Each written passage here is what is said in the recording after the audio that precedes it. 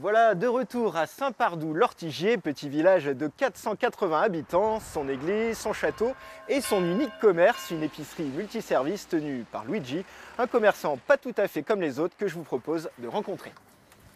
Bonjour Luigi. À 44 ans, c'est comme si Luigi Gabori avait déjà vécu plusieurs vies.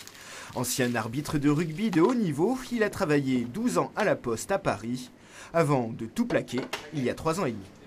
J'ai dit je vais me lancer dans quoi je ne savais pas au départ. Et je suis arrivé et j'ai dit, j'ai vu ce commerce à vendre.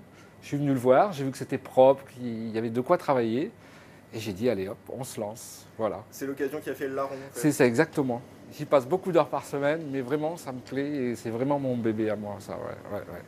Ses principaux atouts, sa force de travail, indispensable quand on est ouvert tous les jours, et sa sympathie naturelle. Luigi aime ses clients et vice-versa, d'où une ambiance très familiale dans l'épicerie de Saint-Pardoux. Ça, c'est une part. Ah, mais Mais c'était oui, pour chouchou, deux ça. mais moi. non. Vas-y, oui, voilà, très bien. Ah, j'ai cru que Mais vous non. vouliez ça pour deux. Ah, mais non, chouchou, bah non. Pour les personnes âgées, ce commerce, c'est même ce qui permet de rester vivre au village. Sinon, je vais à Brive. Hein. Ah non, il nous faut un commerce. Quand on est plus âgé, il nous faut un commerce. Un dépannage, même si on n'achète pas tout, mais au moins qu'on sache. Et puis en plus, bon, je peux vous dire qu'il est très agréable, notre petit épicier. Parce qu'il ne gâche rien quand même. Alors là, je vais faire la soupe pour le repas de midi, la soupe maison. Voilà. Donc je fais mon marché chez moi. Après les premiers clients du matin, il est temps pour Luigi d'enfiler sa deuxième casquette, celle de restaurateur. Puis comme il est tout seul, on va l'aider un petit peu. C'est ça, c'est gentil, ouais.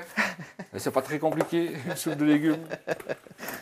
Comme pour le reste, Luigi n'est pas restaurateur à la base, même si ses parents ont tenu un établissement pendant 30 ans en Charente-Maritime. J'ai quand même travaillé avec eux. Et puis bon, ça m'a donné quelques notions. Mais c'est vrai que la cuisine, par contre, j'ai jamais appris. Hein. J'apprends sur le tas, en fait.